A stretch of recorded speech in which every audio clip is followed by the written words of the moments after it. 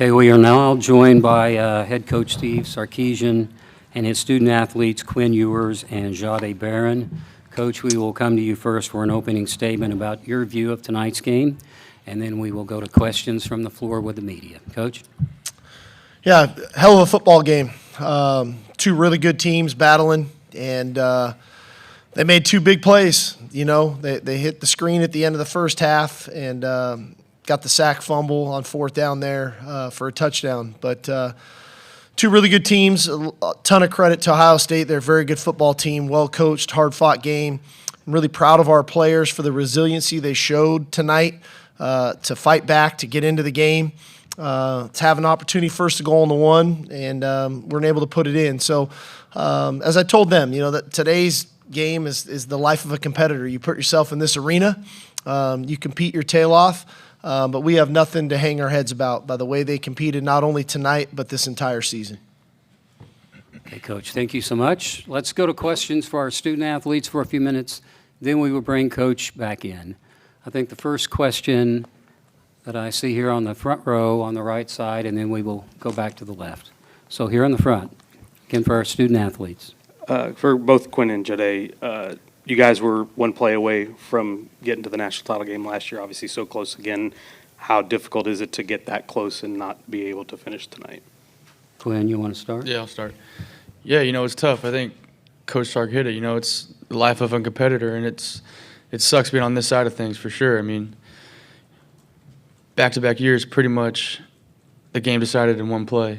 And, you know, it's hard. It's hard. You know, all the work that we put in, you know, being in the Final Four back-to-back years and coming up short 2 years, it's tough. But, you know, I think that's how life is. You're going to get punched in the face and in some hard moments.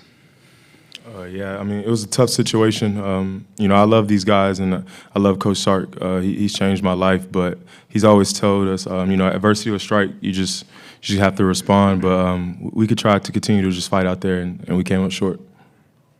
Here on the left side, on the front. For both student athletes, for Jade and Quinn, just what you can say about, I know it's tough in this moment, coming off of a loss, but the pride that you have being a Longhorn and just what this season has meant to you, the resiliency that you guys have had going through this season to where you are. Well, yeah, I guess. Okay, Sorry. go ahead, Quinn. I guess, you know, no one really at the beginning of the season thought we were going to be here. First year in the SEC, you know, we make it to an SEC title game. Didn't go our way either, but, you know, just, again, for us to bounce back the way that we did consistently was really cool to see throughout the entire season. You know, beyond proud of all these guys.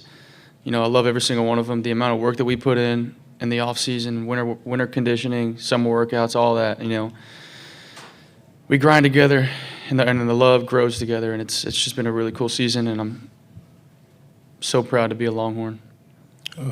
Man, just growing up in Austin and having an opportunity to wear burnt orange, it's been amazing, but. I mean, just to start it off, you know, Quinn coming in, being my roommate, Coach Sark, you know, he's changed my life completely. I'm totally a different person, just on and off the field, and just how I care about myself and just carry myself and things like that. But I was always told the purpose serves a purpose that's a lot greater than me than any individual. But these two guys, they most definitely just changed my life and everybody else included on the program. Stream right. Quinn, what was your sense of the strip sack? Did you not hear him, feel him? And when you saw that it was Jack who got you, do you have any sort of particular emotion about that, given how close you were to him? Yeah, you know, I felt him. I started drifting away. Thought I was going to be able to get the ball off before he got there. Obviously, you know, it's not like I tried to give them the game, but, you know, I saw Jack running with the ball down the sideline, and, you know, it sucks, man. But, you know, he's a great player, great individual, great person. You know, we, like you said, we were roommates when I was up at Ohio State. So, you know, it sucks. It sucks. But, you know, Jack's a good player, and he made a great play. Now on the left, up front. Jade, everybody in this room talked a lot about Jeremiah and what he was able to do this season. Y'all really shut him down. What was some of the reasons why y'all were able to make his day really difficult? Just hats off to PK and the game plan that we had.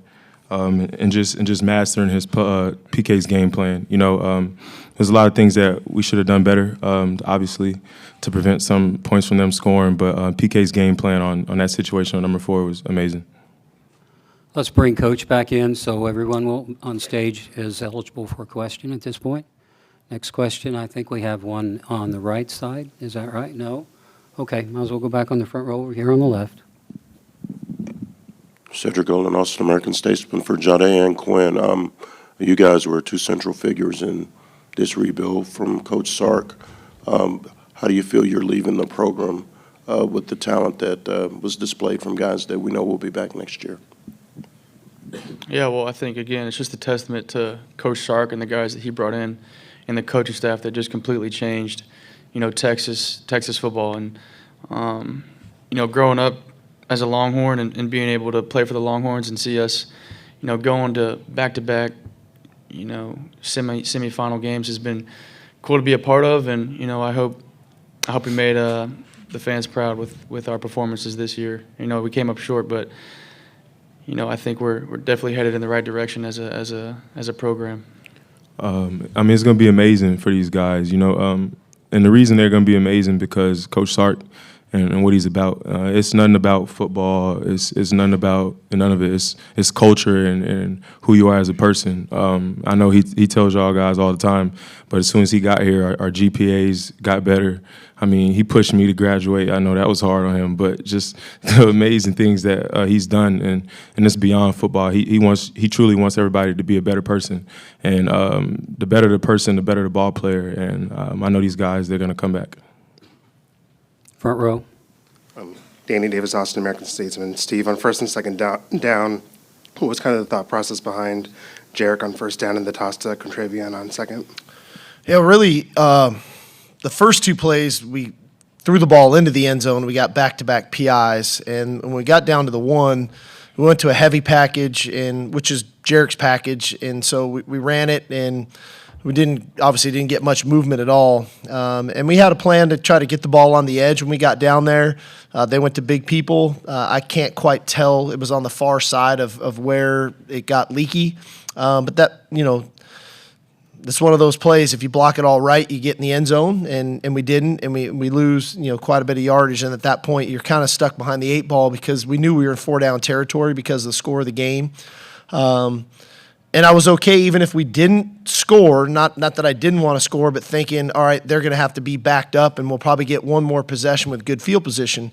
The last thing you think is that, the sack and this is going to bounce right to the guy who's going to run for a touchdown. So it was unfortunate that was the circumstances because it was a really nice drive by the offense to get all the way down there. And first and goal on the 1 and we don't score, you quite frankly, probably don't deserve to win that way. Let's move to coach's left on the second row. Sean Judger, CBS Sports. Steve, obviously Quinn hasn't made a decision as yet on his future, but I'm curious, looking back after 3 years of coaching him, what do you take away most from it, and what do you think he's kind of improved on the most?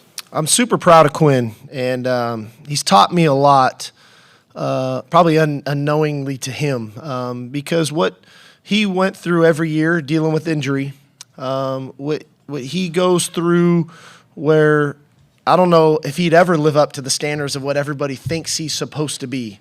But at the end of the day, all he did was show up every day and work and be a great leader and be a great teammate.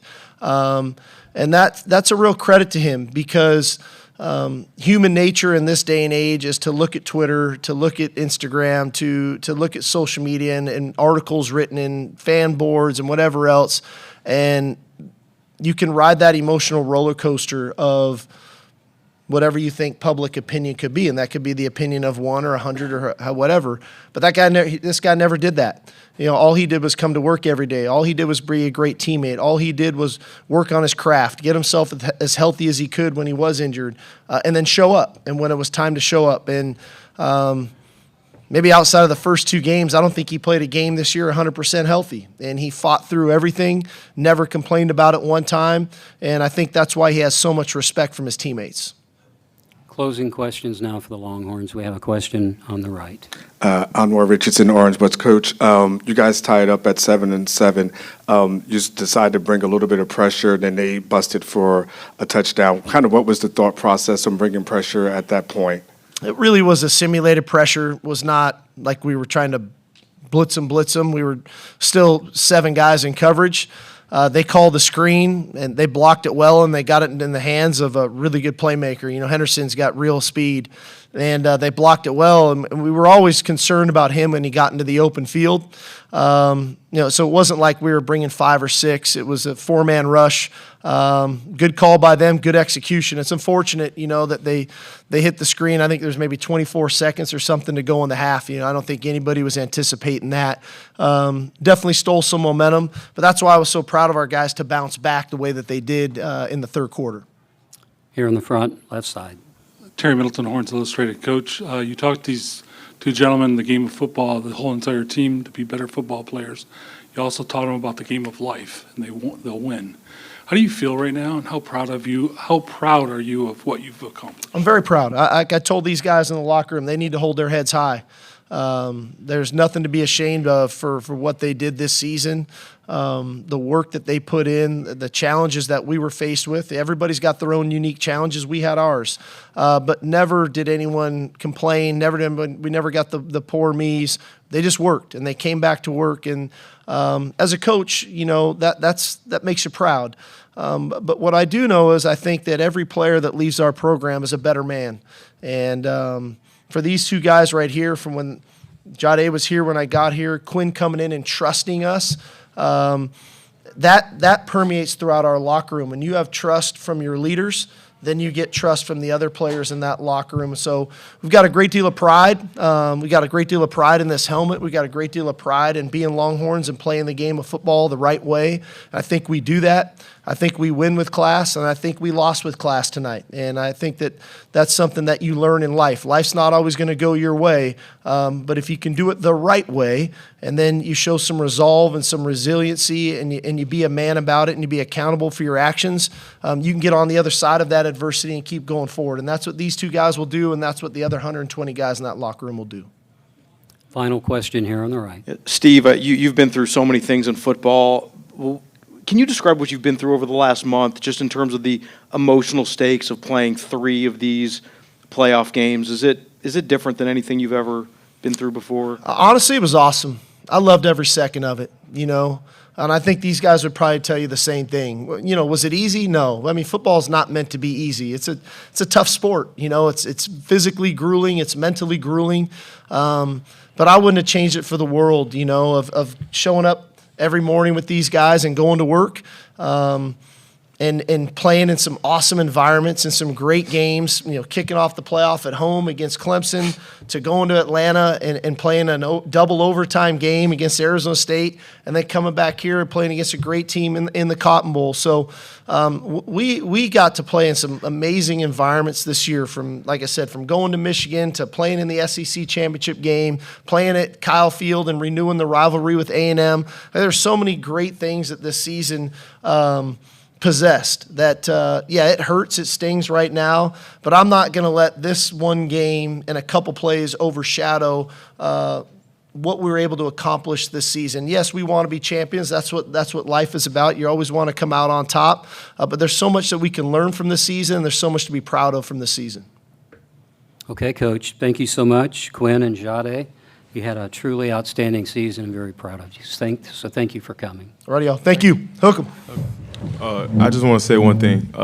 It's been amazing, just the opportunity. But at the end of the day, I just want everybody to know, usually sometimes you always don't come out on top. But we won. We truly know who our leader is, and that's God and Jesus Christ, and ultimately just having the ability to use the gift that He gave us to share it to the world. It's been amazing, and obviously amazing for me just growing up in Austin and having the opportunity. But everybody's not blessed to do the things we do, to be here. People dealing with fires and chaos in New Orleans. So just to have the opportunity to glorify God on the football field, it's truly been an honor. So I appreciate everybody. Okay, Jale, thank you so much.